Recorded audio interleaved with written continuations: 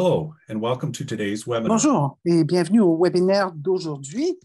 Bouger, c'est une bonne médecine. Conseil pour personnes aux prises avec une maladie rénale. Je suis Mike Brody et je suis le responsable des programmes rénaux pour la Fondation du Rein du Canada. Maintenant, j'aimerais vous présenter la modératrice du webinaire d'aujourd'hui, Jill Gott, directrice des programmes et des politiques publiques à la branche du Southern Alberta de la Fondation du Rein. Bonjour, merci à tous de vous joindre à nous aujourd'hui sur ce sujet très important.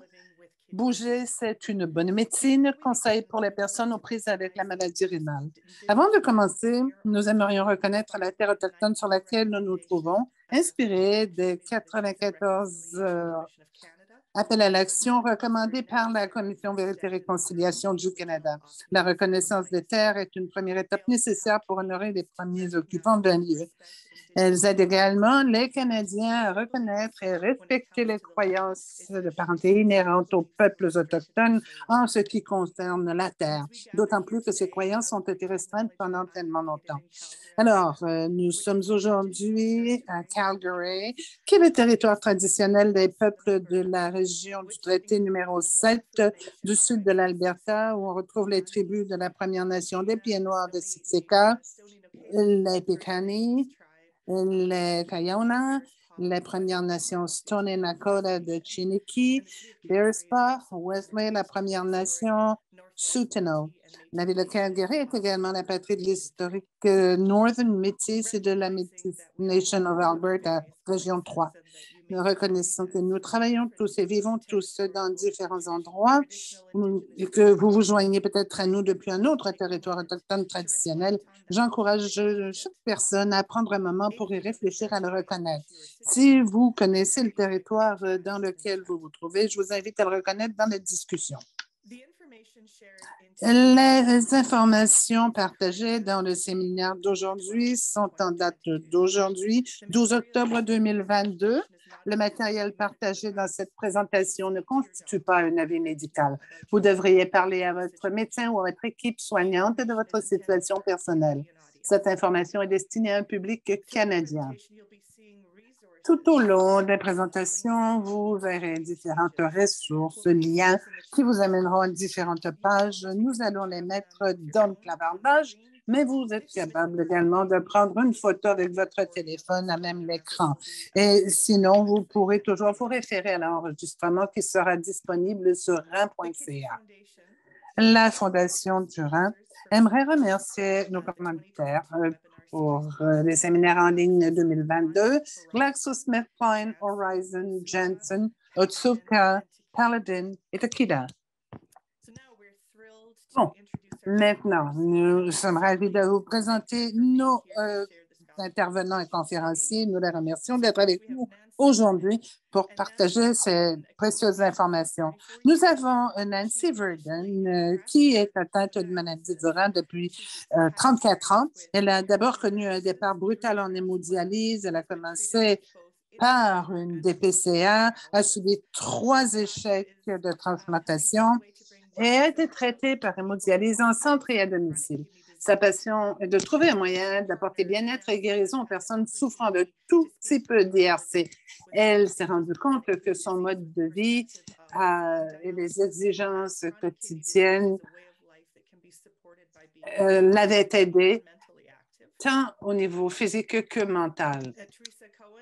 Teresa Cohen travaille depuis 4 ans comme kinésiologue auprès de patients atteints de maladies rénales. Elle se spécialise dans les programmes de mobilité précoce pour les patients hospitalisés ainsi que dans la réadaptation des personnes en attente d'une greffe rénale.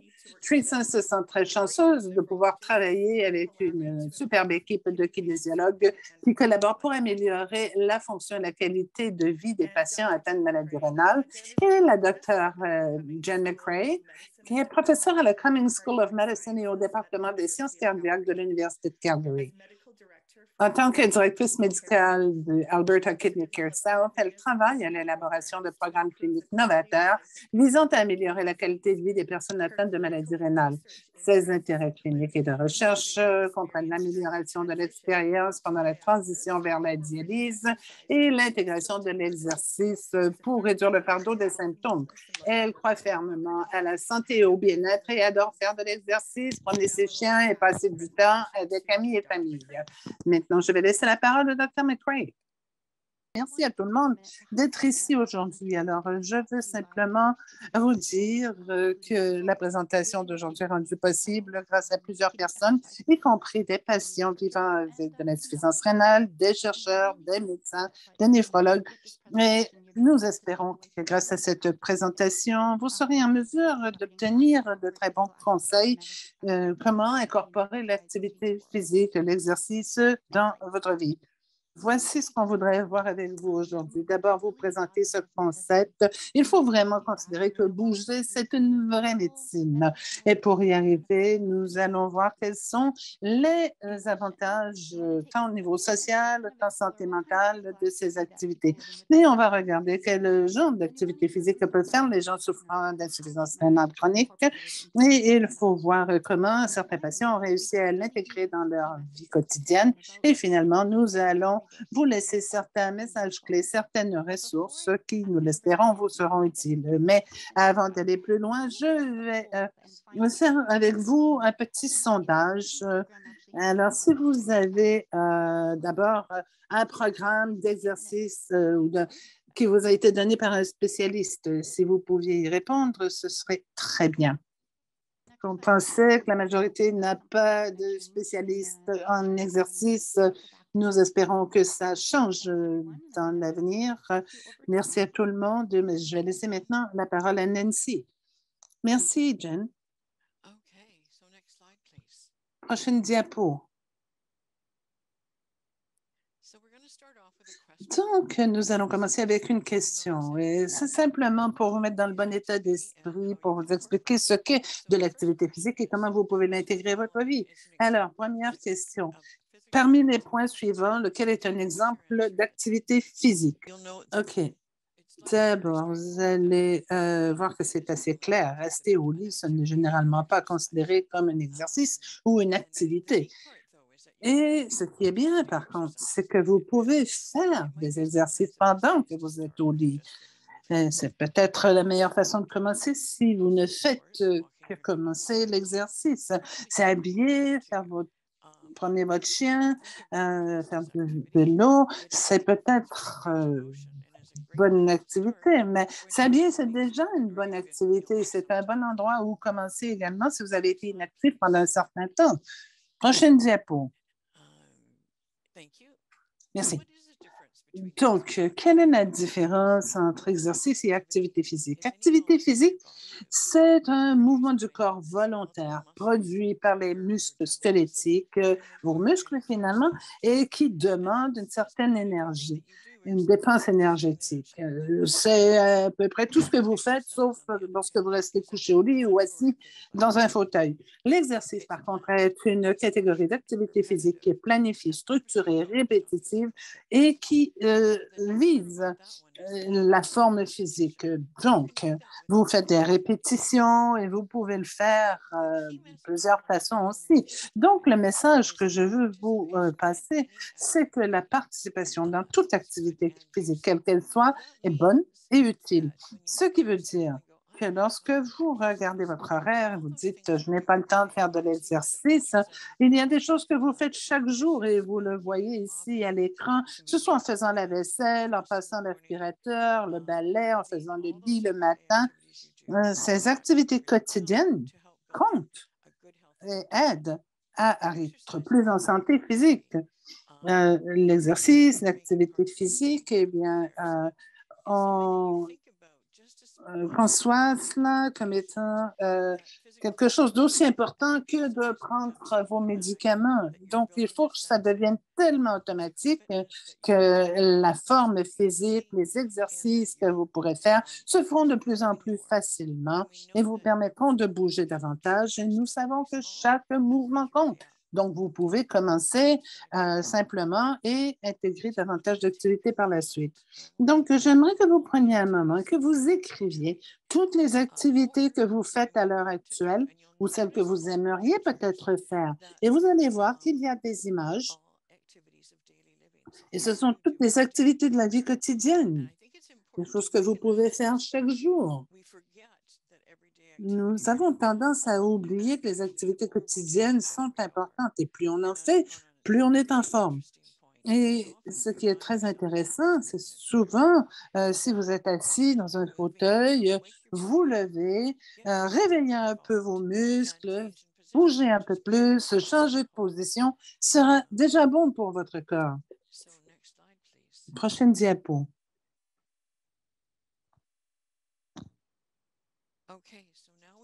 Bon, nous allons maintenant écouter la vidéo numéro 1 et qui nous explique pourquoi on doit faire de l'exercice et comment l'activité physique aide à gérer la maladie rénale.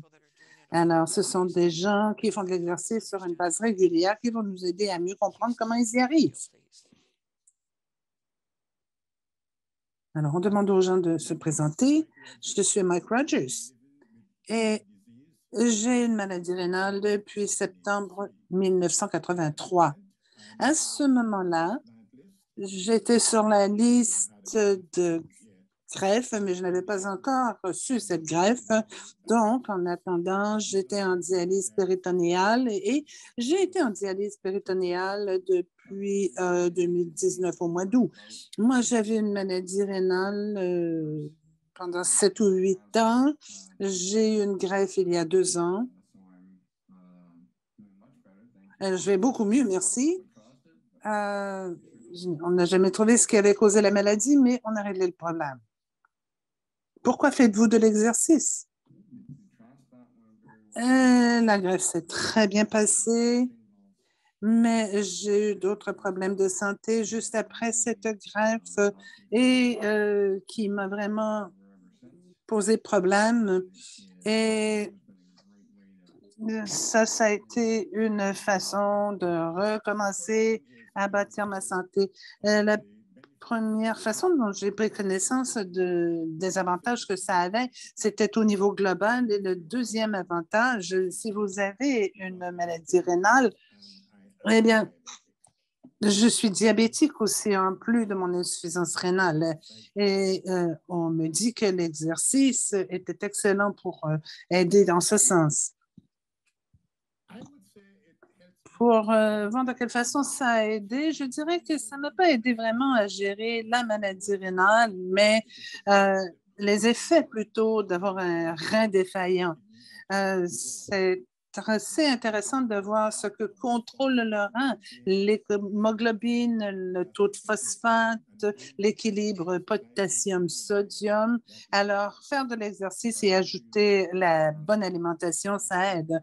Avant la greffe, j'essayais de garder mes niveaux à un bon taux parce que rester assis, les choses ne faisaient qu'empirer. Et pour moi, ça a fait toute une différence à garder le rythme.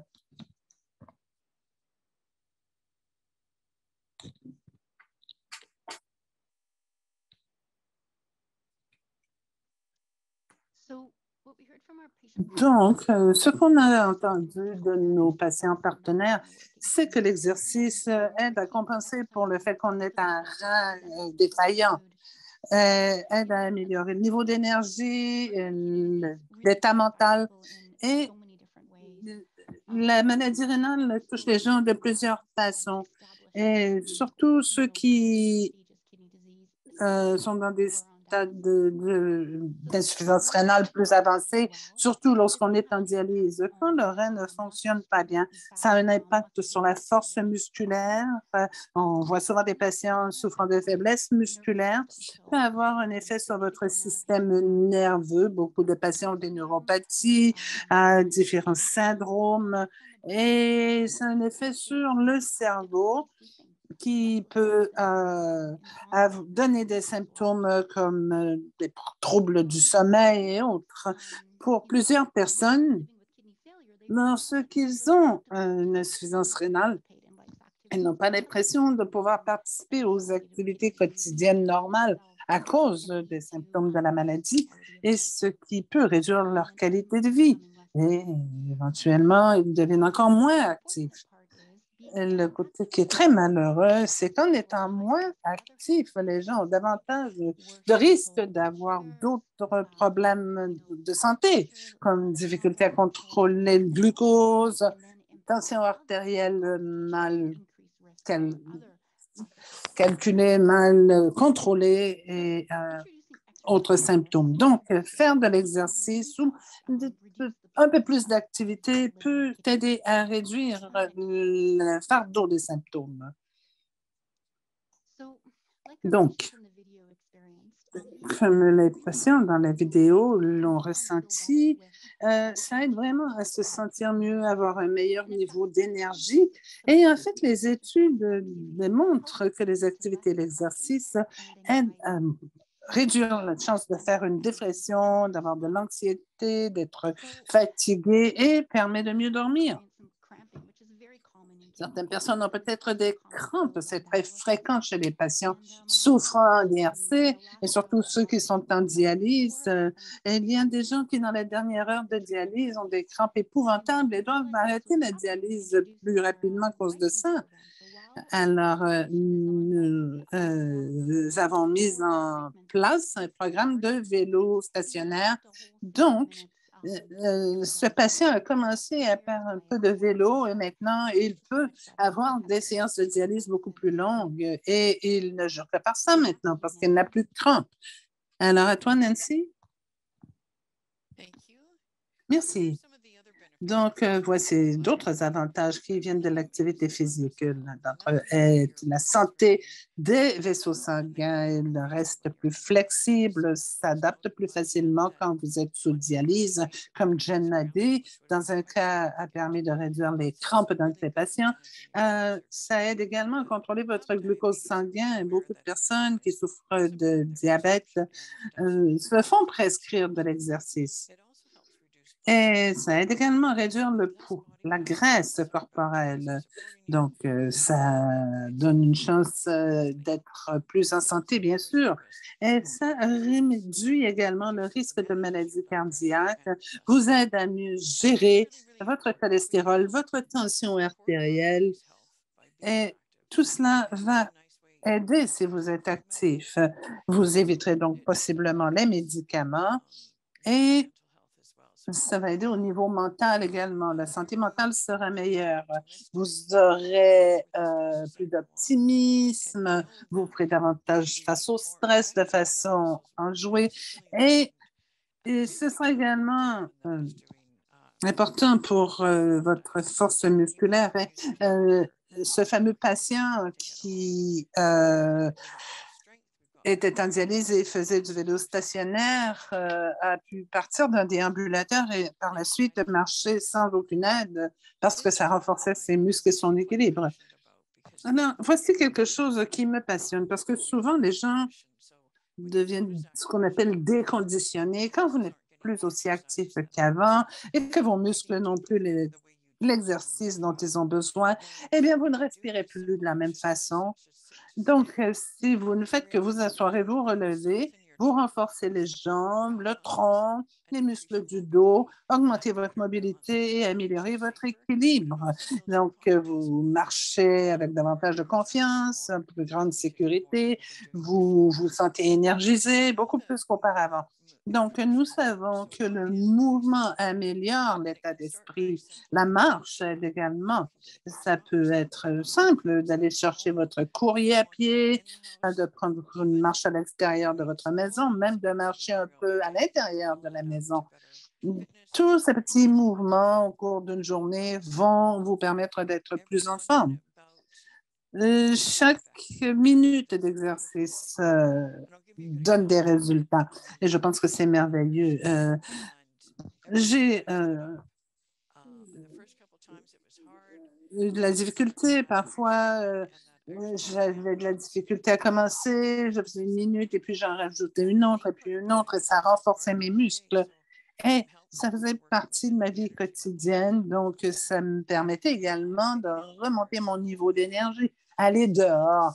Oh, ça c'est fantastique. C'est peut-être la chose la plus extraordinaire et la plus simple qu'on peut faire pour améliorer notre état mental, gérer notre stress, réduire l'anxiété. Ça peut être aussi simple que d'aller s'asseoir dehors, sur le balcon, sur le patio, aller prendre l'air.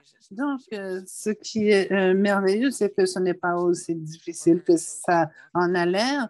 Moi, j'ai la chance de vivre à Red Deer, près d'un sentier pédestre, et je peux commencer à marcher. Il y a des bancs dès le départ. Alors, si je ne veux pas aller plus loin, ce n'est pas un problème. J'y vais, je m'assois, me repose et je reviens. Ce qui est bien avec ce sentier pédestre, c'est que il y a beaucoup de choses que vous puissiez faire et vous pouvez marcher le long de ce sentier et ne rien faire d'autre. C'est très intéressant. Bon, maintenant, nous allons regarder notre vidéo. On va voir quelle est votre façon préférée d'être plus actif et comment pouvez-vous inclure l'activité dans votre vie. Alors, vous pouvez voir et réfléchir ce que vous pouvez faire pour améliorer et inclure l'activité dans votre style de vie. Alors, quelle est votre activité préférée? Moi, j'aime beaucoup nager, mais je n'étais pas capable de le faire depuis que j'avais commencé ma dialyse péritonéale parce que je ne voulais pas aller dans la piscine et m'exposer comme ça. Donc, au passage, j'ai essayé autant que possible de faire du vélo stationnaire à la maison. J'allais au gym assez souvent, mais là, avec la pandémie, j'ai dû arrêter. Ma femme et moi aimons beaucoup marcher, faire du ski de fond, et aller avec nos raquettes et nous faisons du vélo également. Comment vous incluez l'activité physique? On est retiré, donc on est capable de faire différentes choses, donc de rester actif en mouvement. Nous n'aimons pas rester assis, ne rien faire. Eh bien, je ne suis pas. Je fais beaucoup de travail à la maison. Je n'aime pas rester inactif. Je ne suis pas obligée de rester au lit. Donc, je fais toutes sortes d'activités, mais je ne prends pas de cours. Mais parfois, là, j'ai le programme Keep que Teresa gère, que j'aime beaucoup. Merci. Maintenant, comment peut-on être plus actif physiquement? Donc, ça peut être de vous lever plus souvent de votre chaise et ça aide vraiment tout votre corps de faire ça. Si vous en êtes qu'au tout début des exercices, vous pouvez le faire une fois ou deux. Si vous êtes dans un fauteuil roulant et vous ne pouvez pas vous déplacer de chaise, ne serait-ce que passer de votre fauteuil roulant à la chaise de la salle à dîner 2, 3 fois par jour, ça va vous aider. C'est un peu comme quand vous ramassez quelque chose par terre, vous le faites une fois et vous le refaites encore une fois. Et ça, c'est une façon de faire. Donc, vous aurez à le faire. Pourquoi ne pas doubler ou tripler cette activité? Vous allez voir qu'au fur et à mesure, ce sera plus facile. Ceux qui conduisent peuvent se stationner un peu plus loin. Ça peut être simplement d'une case de stationnement, mais au fur et à mesure que vous serez plus en forme, vous pourrez vous éloigner davantage. Bon, on sait que l'énergie, c'est souvent un problème. C'est difficile de bouger parce que vous êtes fatigué. Et bien sûr, le mouvement va vous aider à être plus énergique. Donc, si vous êtes capable, prenez l'autobus parce qu'il faut quand même se rendre jusqu'à l'arrêt, monter 2 ou 3 marches. Donc, simplement prendre l'autobus va vous aider à renforcer vos mouvements et vos muscles. Les marches, c'est génial. Euh, Monter, descendre les marches. Et en plus, il y a plusieurs années, lorsque j'ai commencé à parler à des kinésiologues, je me disais que tout ce que je faisais au travail aidait énormément à maintenir mon niveau de santé physique. Donc, j'allais jusqu'au bureau à pied. Je travaillais dans un hôpital et mon bureau était aussi loin que puisse être imaginé. Je marchais pour me rendre à l'hôpital. Je montais les escaliers pour aller voir un patient. Je redescendais et ça m'a vraiment aidé à ma guérison, mais du moins ma réadaptation. Ceux qui ont des vélos stationnaires, généralement, finissent par trouver ça un peu ennuyant. Donc, vous pouvez le faire, mais en regardant la télé, par exemple. Si vous êtes bien installé, vous pouvez utiliser votre ordinateur aussi. Ce sont des faciles de vous garder occupé pendant que vous faites vos exercices. Faire du vélo pendant la dialyse, ça, je pense que c'est le gros plus parce que vous allez y aller 3 fois par semaine, donc vous êtes assuré d'avoir 3 jours d'exercice tout en recevant votre dialyse. Je pense que c'est un gros plus. Et comme le Dr. McCrae l'a dit, on commence tranquillement et tranquillement, on en ajoute au fur et à mesure que la force physique s'améliore. Et bon, faire des tout petits bouts d'activité, on va dire 5 minutes par jour, tous ces moments-là s'accumulent. Donc, vous pouvez faire 5 minutes, 15 minutes, une demi-heure. Et encore une fois, au Canada, avec l'hiver, ce n'est pas toujours évident d'aller dehors. Mais marcher dans un corridor, monter des escaliers, marcher dans votre chambre, passer l'aspirateur, tout ça va aider et tout ce que vous faites compte.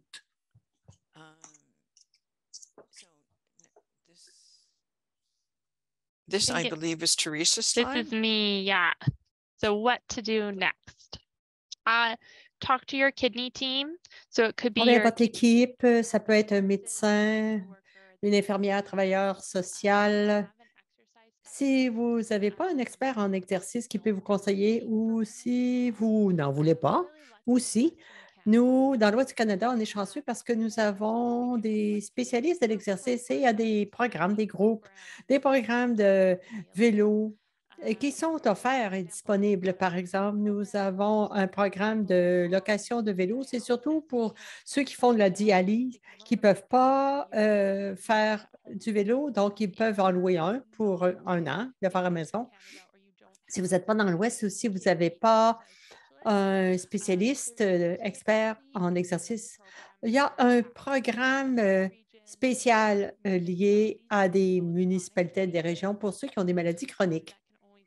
Et ça, on peut toujours y avoir accès. C'est des bonnes options dans vos lieux de conditionnement physique, peut-être dans les municipalités ou aussi dans le YMCA local. Eux autres, ils ont souvent des programmes d'exercice pour toutes sortes de niveaux aussi d'état physique. Il y a des classes aussi en ligne.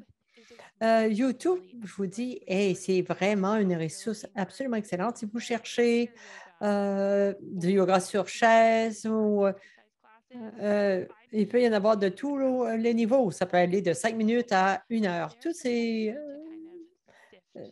exercices sont là. Il faut quand même les passer en revue. Prochaine diapo. Prenez une photo de cela si vous voulez une capture d'écran. Écrivez les ressources qui sont là. Ça va être affiché aussi dans le clavardage. Ce sont des liens qui sont vraiment excellents pour les patients. Quelques-uns à noter. D'abord, le groupe GREX. Sur leur site, il y a une page d'exercice spécialement pour ces patients et aussi pour ceux qui fournissent des soins de santé. Il y a des liens aussi avec des recommandations des programmes, des vidéos d'exercice. Un autre une autre ressource, c'est Royaume-Uni, My Kidneys and Me, c'est en ligne. Il y a des vidéos sur demande que vous pouvez avoir. Il y a aussi des classes en direct et ils font aussi beaucoup d'éducation, de formation, surtout pour ceux qui ont des maladies rénales. Si vous allez au Manitoba, kidneyhealth.ca, je pense qu'il y a 3-4 vidéos. En fait, finalement, ce sont des des exercices très sécuritaires. Vous pouvez les essayer si vous voulez. Je vais faire une pause. C'est pour vous donner le temps de noter, mais ce sont des ressources excellentes. Les plus récents viennent du Royaume-Uni.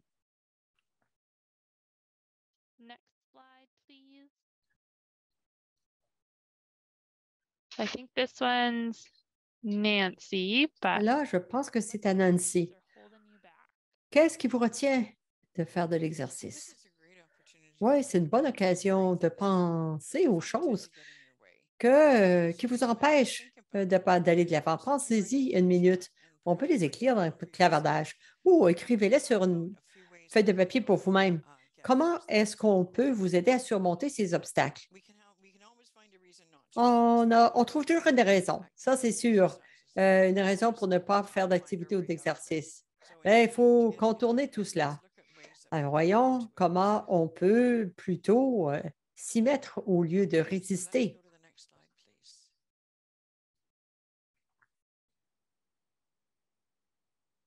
Okay, so there we go. Voici. La motivation, c'est important parce que ça, très souvent, on est trop fatigué, on ne se sent pas très bien, on n'est pas intéressé. Et moi, même dans mon cas, mon collègue d'exercice, je ne me rappelle pas combien de fois, on a dit ah, si ce n'était pas de toi, je ne serais pas allé. On ne serait pas allé à la piscine. Alors, souvent, c'est une question de responsabilité, mais de partenariat.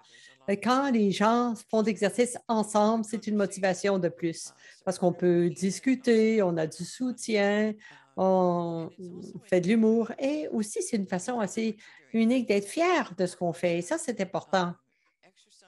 L'exercice, les activités, il faut en être fier parce qu'on a un sentiment de réalisation, de choses qu'on peut faire et aussi, on se sent mieux au bout du compte. La fatigue, c'est important, l'épuisement et ça, je suggère c'est que d'avoir plus d'un plan d'exercice. Si une journée, vous jugez que vous êtes trop fatigué, parfois c'est le cas, là. Peut-être faites des exercices en vous assoyant sur la chaise, yoga sur la chaise, ou même des petites activités quotidiennes, se pencher, juste prendre des choses une à la fois. Moi, je trouve, par exemple, quand je fais ma dialyse, je suis à la maison, alors je fais je me plie 6 fois, donc je m'assois 15 minutes et ensuite je recommence. Et finalement, je passe à travers sans être épuisée. Et aussi, je suis contente de l'avoir fait. Ce qu'il faut considérer, c'est que malheureusement, les médecins ne sont pas, on n'a pas une formation de spécialiste en exercice, mais il y en a beaucoup qui existent par contre. Il y a des kinésiologues qui travaillent avec eux dans le domaine de néphrologie. Ils sont fantastiques, ils travaillent avec les gens de tous les niveaux. Ils ont des bonnes idées et aussi, on est content de leur en parler et ils peuvent vous soutenir quand vous avez des problèmes et peut-être avoir un programme double, un plus léger, un plus actif. Ça, c'est vraiment un changement important en Alberta. Je suis très content de voir quand même à Red Deer. Parfois, la façon dont on se voit, on se compare quand on fait de l'exercice ou on se compare à ce qu'on faisait avant. Avant, je faisais du ski, je faisais le mois avant mon diagnostic,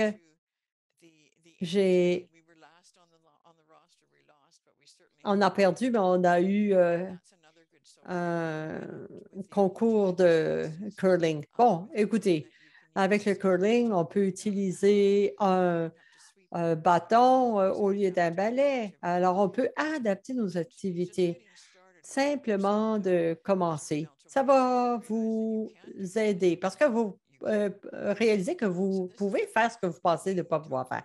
Bon, on parle des attentes et de se comparer.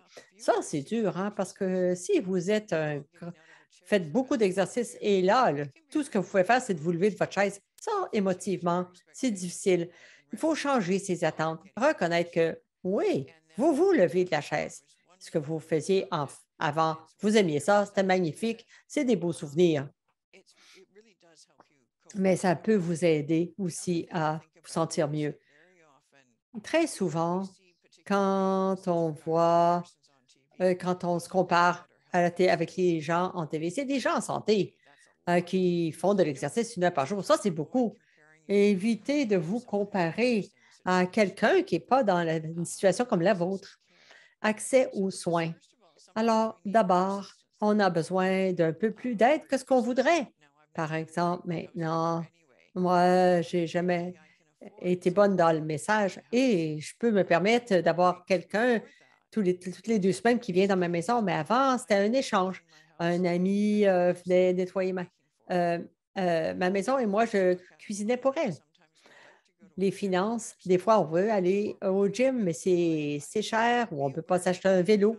Sachez que la Fondation du Rein a des fonds pour soutenir ces activités et ça vaut la peine simplement de demander quand même pour essayer de voir qu'est-ce qui est disponible. Le travailleur social peut aussi vous aider de ce côté-là. Des fois, c'est difficile de trouver du temps pour faire de l'exercice à l'extérieur du travail. Mais regardez votre travail. Qu'est-ce que vous faites? Moi, je suis ergothérapeute à la retraite. Je travaillais dans l'hôpital et à l'extérieur et je marchais toute la journée. Mais ça me donnait vraiment beaucoup d'activités, une activité toute la journée. Alors, peut-être qu'il y a des façons au travail où on peut quand même s'activer. Si votre ordinateur est sur une table ajustable, mettez-vous debout, faites un grand détour pour aller chercher du café, du café. Il y a des façons d'incorporer des activités au travail. La dernière vidéo, quel conseil donneriez-vous à quelqu'un qui est indécis à faire de l'activité physique? J'espère que vous allez avoir des bonnes idées de cette vidéo.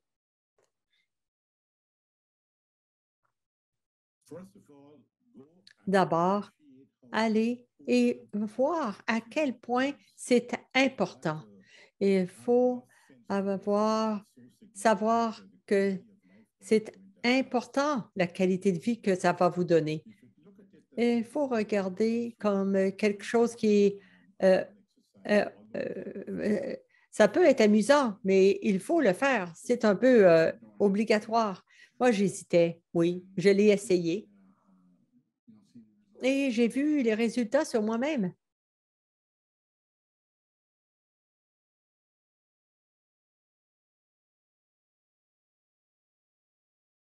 And this, I believe, is Teresa's. Alors, le tour de Teresa, je pense.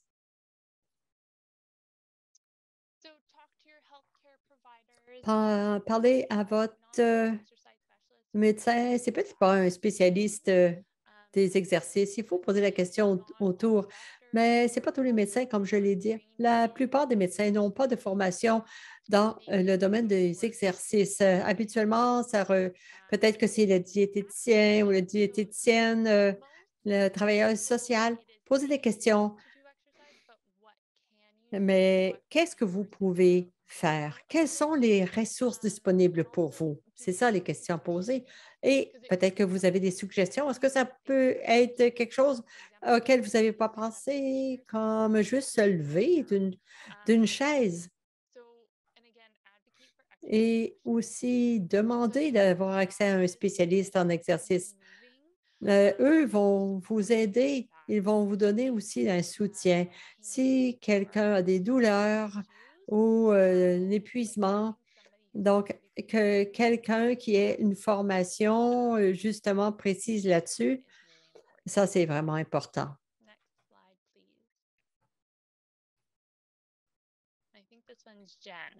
Je pense que c'est au tour de Jen. Merci, merci Teresa. Alors, j'espère que vous avez apprécié l'importance des activités physiques pour tous. Peut-être que ce que vous ne savez pas, que ça peut vous aider à gérer les symptômes et aussi, ça peut améliorer votre qualité de vie. Il y a des avantages, outre les effets physiques, il y a des avantages sur le plan de la santé mentale de faire de l'activité physique et des exercices. Donc, il faut penser comment créer des activités, comment intégrer ça dans notre routine, dans notre style de vie. Au bout du compte, honnêtement, c'est que n'importe quel mouvement est bon. Moi, ce que j'espère, c'est que plus de médecins et professionnels de la santé vont en parler plus, vont reconnaître les effets qu'on acquiert avec l'exercice et les activités physiques pour que ça fasse partie de la prescription. Ça fait partie, en fait, ça peut être un peu la pilule magique, presque. Voilà les messages clés et j'espère que vous les allez apprécier. Encore une fois, en résumé, il y a beaucoup de ressources excellentes de Teresa, elle en a parlé, mais parlez à votre professionnel de la santé. Demandez, est-ce que notre programme a un expert, un spécialiste dans les exercices?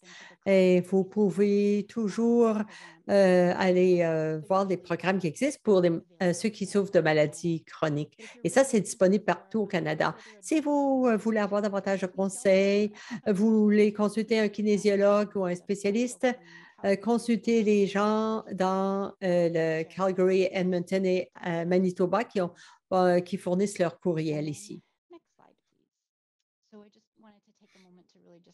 Je veux remercier tous ceux qui ont participé à cette présentation, les partenaires pour la vidéo, les patients, partenaires, merci beaucoup, nos étudiants aussi, et aussi beaucoup de personnes, et aussi la Fondation du Rhin. Merci à tous. Merci beaucoup. Merci à Nancy, Teresa, Jen. Maintenant, nous allons passer aux questions. N'hésitez pas à poser vos questions dans le Q&A. On va commencer peut-être ici par des commentaires. On a eu des commentaires et je ne sais pas si vous pouvez nous dire quelques mots. Enfin, vous tous, ça dépend des perspectives, sur la santé mentale et peut-être faire le lien sur même le fait que peu d'activité est efficace entre l'humeur et l'exercice. C'est énorme. Avant de travailler avec la Fondation des Reins, je travaillais en kinésiologie et les gens disent « Ah, je me sens tellement mieux quand je bouge » parce que souvent, dans l'humeur, on le sent physiquement, où on se sent épuisé, on a des douleurs musculaires. Et là aussi, il y a le contact social. Cette partie sociale est très importante, parler à quelqu'un d'autre, faire quelque chose et peut-être aussi s'amuser si c'est marcher, danser. Et il ne faut pas sous-estimer l'importance des activités sur l'humeur. Travailler dans un hôpital, si vous mettez quelqu'un dans un lit pour une semaine qui ne bouge pas, il va être déprimé. Et faites ça à n'importe qui, qu'il ait une maladie du rein ou pas. Alors, le mouvement est très important. What about, can you speak a little bit? Est-ce que vous pouvez dire quelques mots? Il y avait des commentaires. Ce n'est pas une question, mais les gens voulaient savoir concrètement la quantité. Vous dites, OK, se lever de la chaise sur asseoir, se lever sur asseoir. Oui, mais peut-être c'est une répétition, mais un peu, c'est mieux que rien du tout. Mais ensuite, avec les lignes directrices sur l'activité physique telles que recommandées, on dit 1 minute à la fois. On disait 10 minutes au début parce qu'il y avait des preuves, mais là, simplement bouger. Faites ce que vous pouvez, mais bougez. Oui, surtout pour l'hémodialyse, il y a vraiment de preuves que de faire du vélo 20 minutes, 30 minutes prévenait la dépression. Et ça, on a étudié ça chez des gens qui subissaient de la dialyse. Mais vous pouvez avoir les mêmes avantages. Et ce qui est important aussi, c'est faire des exercices intérieurs, du vélo intérieur, mais aussi l'objectif, c'est de réaliser quelque chose. Il y a plein de façons. Ce qui fonctionne pour vous, c'est parfait. Alors, ça, c'est Dr. Stéphanie Thompson. Les gens se demandent. Merci beaucoup, Stéphanie. Neurologist in Edmonton, and we have an exercise program up here as well, just like the Oui, on a un programme d'exercice aussi. Je suis heureuse d'être parmi vous. Non, c'est magnifique. Alors, une autre question que nous avons ici, encore une fois, quelqu'un qui est de Alberta Kidney Care South. Vous avez beaucoup parlé de bicyclettes stationnaires. On parle d'accès à ces installations un peu partout au Canada. Et aussi, on a parlé des vélos d'exercice pour les patients alités. On en a à Winnipeg. Est-ce que vous voulez dire quelques mots? Comment on peut avoir accès à ces programmes et à l'équipement? Je peux commencer si d'autres veulent intervenir. Je ne connais pas d'un vélo qui puisse être modifié pour les personnes alitées. Peut-être pour les patients hospitalisés. Allez-y. On a 2 vélos pour les personnes alitées à Calgary. On a conçu un vélo spécifique qui pouvait convenir dans un lit. On a passé des années là-dessus. Et ensuite, la compagnie disait qu'il fallait en commander 50. Alors, ma mère, qui est une ingénieure à la retraite, en a ajusté un. C'est quelque chose qu'on veut parce que les patients le disent, ils en ont besoin aussi. Si quelqu'un a des idées, des suggestions, des commentaires, s'il vous plaît, envoyez-le nous. Et Stéphanie, vous, est-ce que vous avez accès à un vélo pour personnalité? Non, on a essayé d'en avoir un. Et c'est une question d'offre et demande. Hein? Mais moi, je veux dire qu'avant, quelques années, on en a beaucoup parlé de ça, vous savez, pour les gens qui travaillent dans les unités, peut-être qui ne sont pas à l'aise avec ce concept. Ah oui, est-ce qu'ils peuvent s'asseoir dans un fauteuil? Alors, la mentalité change parce que je pense qu'ils sont plus à l'aise dans le lit. Pourquoi pas en faire quand vous êtes alité? Bon, il y a plein d'enjeux qui nous empêchent d'avancer pour concevoir ces vélos pour personnes alitées, mais on essaie de référer des gens, mais c'est très, très difficile d'en trouver. Merci. Et une question ici, avec l'hiver qui s'en vient, est-ce que l'utilisation d'un QB, CUBI, est-ce que c'est suffisant pour remplacer un vélo stationnaire? Est-ce que vous voulez que je réponde à la question? Oui. Vous pouvez marcher dans la maison, un patient. Vous ouvrez YouTube et vous marchez et on calcule les kilomètres que vous parcourez. Alors, il y en a un patient qui a dit que ceux qui ont ça, des QB, c'est une application et ils adorent ça.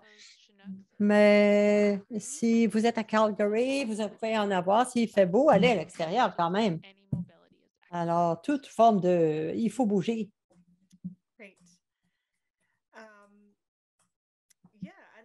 that's sort of most everything. I kind of combined a couple of things about mood. Someone did make a really good point that the Oui, vous avez soulevé un bon point. L'humeur est toujours meilleure après un exercice. Ça, c'est un bon message. one person though, maybe Une- Jen or Stephanie can speak to this. Jen ou Stéphanie, il y a des gens qui parlaient des obstacles qui vous empêchent de faire de l'exercice. Quelqu'un a dit que l'enflure, l'édème, la rétention de liquide, peut-être ça peut être une barrière. Est-ce que vous avez des commentaires là-dessus? Comment surmonter cet obstacle? Yeah, so I can try and then Oui. you can add for sure. So On certainly peut commencer. say if you have so much fluid accumulation that you don't feel Si vous well, avez beaucoup d'accumulation but if de liquide, ça vous empêche, mais c'est la sensation, le sentiment de sentir plus lourd et vous n'avez pas le goût de bouger. Ah bon, alors marcher, faire du vélo, bouger, ça peut vraiment aider.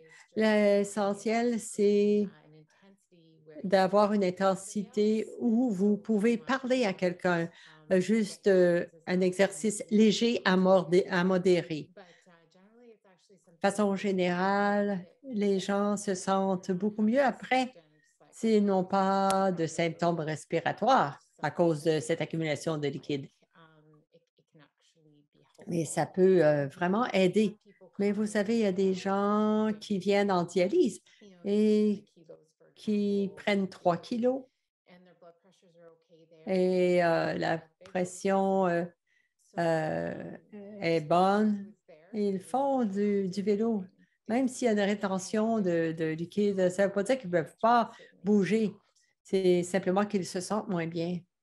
Yeah, I would totally echo that. Oui, je Definitely. suis tout à fait d'accord avec ça. Nous, on pense que ça peut aider aussi à mobiliser les liquides et à refaire circuler les liquides dans le corps. Et surtout dans les jambes, je suis tout à fait d'accord, Stéphanie. Il y a des personnes qui ont beaucoup, beaucoup de liquide en surplus. Ils font du vélo et ça leur aide à tolérer la dialyse. Je ne pense pas que le fait d'avoir une rétention de fluide, c'est une contre-indication à l'exercice, mais connaissez vos limites et essayez de travailler, respectez votre endurance. Nancy? Well, and that's, especially lower leg edema response. Surtout l'édème dans les jambes. Je pense qu'on peut faire de l'exercice aussi dans une chaise, même marcher sur place. Vous êtes dans la chaise, bougez les jambes. En fait, c'est que littéralement, il faut que ce liquide bouge parce que quand on est assis pendant longtemps, surtout pour les patients qui souffrent de maladies rénales, c'est important de se lever pour que les muscles font déplacer les liquides et réduisent l'édème. Il y avait un commentaire dans le clavardage d'un patient qui a amélioré son édème en faisant du vélo pendant la dialyse. Alors, je vous encourage à en faire, à bouger autant que possible. Et quelqu'un aussi a dit qu'un autre obstacle, c'est l'équilibre. Oui, il faut prendre en considération pour faire de l'exercice, mais de façon sécuritaire. Une question qui demandait si QB, c'est suffisant. Tracy, c'est quoi un QB? C-U-B-I. Non, je ne suis pas commandité. S'ils veulent me commanditer, c'est bon. C'est un petit bicycle elliptique. Je dirais qu'ils sont quand même assez chers pour 400-500 $. Et c'est un petit vélo elliptique très petit. Ça permet le mouvement des chevilles. Il y a d'autres options aussi. À un moment donné, il y avait une pénurie sur tous les équipements d'exercice, hein, parce que tout le monde, évidemment, faisait de l'exercice à la maison. Maintenant, si vous regardez sur Gigi ou Amazon ou Marketplace, c'est des petits vélos qu'on peut mettre par terre quand on est assis sur une chaise en regardant la TV. C'est très doux. QB, c'est bien. Il y a des patients qui me disent dis à tout le monde de s'en procurer un. Mais oui, c'est des bons outils. Est-ce que tu peux l'écrire dans le clavardage? Comment ça s'écrit? Thank you. That is the last of our questions. Alors, c'est la fin des questions. So let me just move on here we do have some other resources, of course. Nous avons d'autres ressources Posting all along, and I just qui ont été affichées ici. Je vous rappelle, si vous n'avez pas eu l'occasion de prendre une capture d'écran, l'enregistrement sera disponible. Vous pourrez y voir tous les liens après la rencontre. La Fondation du rein s'engage à donner des ressources d'éducation sur les maladies du rein. On vous invite à communiquer avec la cuisine communautaire cuisine et santé rénale dans les liens qui sont là. Nous avons des soutiens pour avoir accès au système dans le domaine de la santé de la communauté. Committed to providing the information you need to protect your kidneys and to live well with La Fondation du rein s'engage à fournir les informations dont vous avez besoin pour protéger vos reins et bien vivre, quel que soit le stade de votre maladie. Nous vous invitons à nous contacter si vous avez d'autres questions ou pour parler avec quelqu'un de votre communauté sur des ressources ou du matériel éducatif.